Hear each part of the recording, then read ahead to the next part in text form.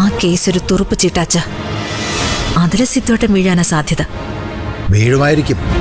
പക്ഷെ അത് ആ ദേവിക്ക് വേണ്ടിയായിരിക്കില്ലേ? അവളുടെ ഗുഡ് ബുക്കിൽ സ്ഥാനം നേടാൻ സിദ്ധാർത്ഥൻ ചെയ്യുന്നൊരു ത്യാഗം, സഹായം, അങ്ങനെയല്ലേ അത് വരൂ. അങ്ങനെ വന്നാൽ നമ്മളല്ലേ മോളെ തോൽക്കുന്നത്? നമ്മളല്ല, ഞാൻ. മറ്റൊരു പെണ്ണിനെ മനസ്സിൽ കൊണ്ടു നടക്കുന്ന ഒരാളെ ആഗ്രഹിക്കേണ്ട ഗതികേടൊന്നും അച്ഛന്റെ മോൾക്കില്ലെന്ന് അച്ഛനറിയാലോ. എന്നിട്ട് ഞാനത് ചെയ്യുന്നത് ഒന്നും കാണാതെയൊന്നുമല്ല. സിദ്ധാർത്ഥന് വേണ്ടി ഏത് പാതാളം വരെ താഴാനും ഞാൻ ഒരുക്കണച്ച. വാശിയെങ്കിൽ വാശി, വഴക്കെങ്കിൽ വഴക്ക്. അതല്ല, സ്നേഹിക്കാനാണെങ്കിൽ അതിനും ഞാൻ തയ്യാറാ. എന്ത് വേണമെന്ന് അവരാ തീരുമാനിക്കട്ടെ. എനിക്ക് ഒറ്റ ആഗ്രഹമേ ഉള്ളൂ മോളെ. എല്ലാം കഴിയുമ്പോൾ നീ തനിച്ചായി പോകരുത്.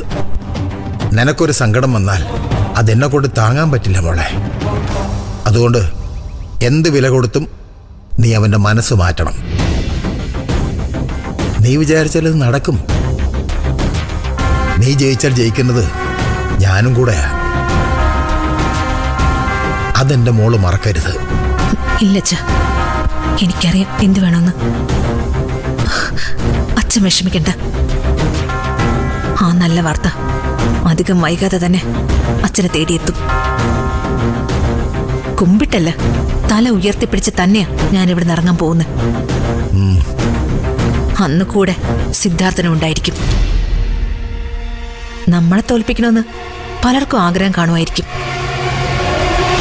അതിന് നമ്മളും കൂടി വിചാരിക്കണം. വേണ്ട അച്ഛ? അച്ഛ സമാധാനമായിട്ട് പൊയ്ക്കോ, ഞാൻ വിളിച്ചോളാം.